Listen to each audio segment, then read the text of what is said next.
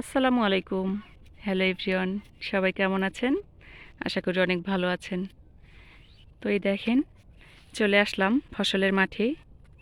তো কত সুন্দর সবুজে শ্যামলে ভরে গেছে, অসম্ভব সুন্দর প্রকৃতি। সূর্য এখনো উপরেই রয়েছে, পড়ন্ত বিকেল। তো এই সময়ের ভিউটা অনেক বেশি সুন্দর। তো আপনাদের সাথে শেয়ার করার জন্য চলে আসলাম মাঠে।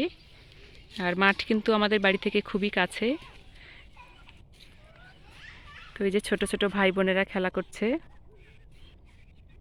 এই যে নাবিলা ও ফাহমি, তারা কিন্তু খেলা করছে। আর আমরা রয়েছি এখন ধান ক্ষেতের ঠিক যেন মাঝখানে। তো চলেন দেখা যাক ধান ক্ষেতে কি চলছে। তো এই যে আপনারা দেখতে পাচ্ছেন, পুরো মাঠ জুড়ে কিন্তু কেউ নেই, শুধু এখানে রয়েছে একজন কৃষক। তো তিনি একজন খামারিও বটে। তার গরুর জন্য তিনি আসলে ঘাস নিচ্ছেন।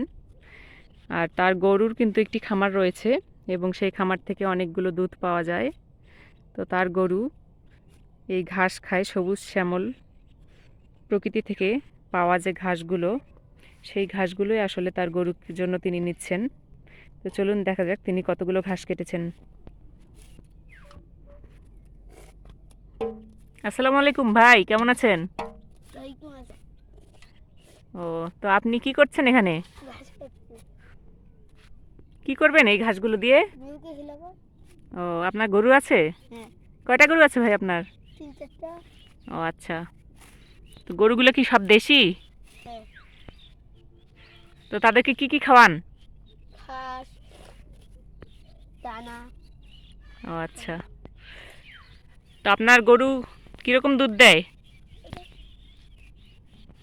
3টা গরু মিলে 10 কেজি? মাশাল্লাহ, অনেক ভালো দুধ দেয়।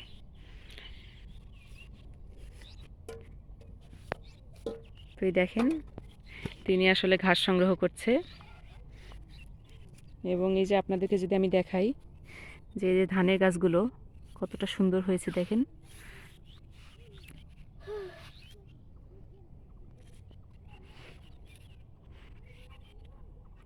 তো এই যে প্রকৃতি থেকে পাওয়া ঘাসগুলো, এগুলো দিয়ে তিনি এখন তার গরুকে পরিচর্যা করছেন, খাওয়াচ্ছেন। এবং এই ঘাসগুলো খেয়ে কিন্তু তার অনেক বেশি দুধ উৎপাদন হচ্ছে। তো ফ্রেশ দুধ, একদম খাঁটি।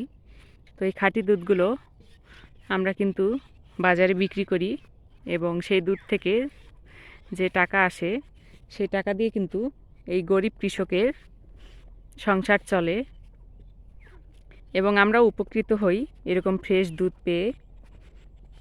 আর এরকম জমি থেকে কিন্তু, তো এই ভাইয়ের মতো আসলে যত ভাই আছে না কেন, সবার জন্য আপনারা দোয়া করবেন, সবাই যাতে এরকম সুন্দরভাবে আসলে ফ্রেশ খাবার আমাদেরকে দিতে পারে। তো আজকের মতো ছোট্ট ব্লগটি এখানেই শেষ করলাম। ভিডিওটি ভালো লাগলে অবশ্যই লাইক কমেন্ট শেয়ার করবেন। সবাই ভালো থাকবেন, সুস্থ থাকবেন। আমার পেজে নতুন হয়ে থাকলে অবশ্যই ফলো দিয়ে পাশে থাকবেন। সবাইকে ধন্যবাদ। আল্লাহ হাফেজ।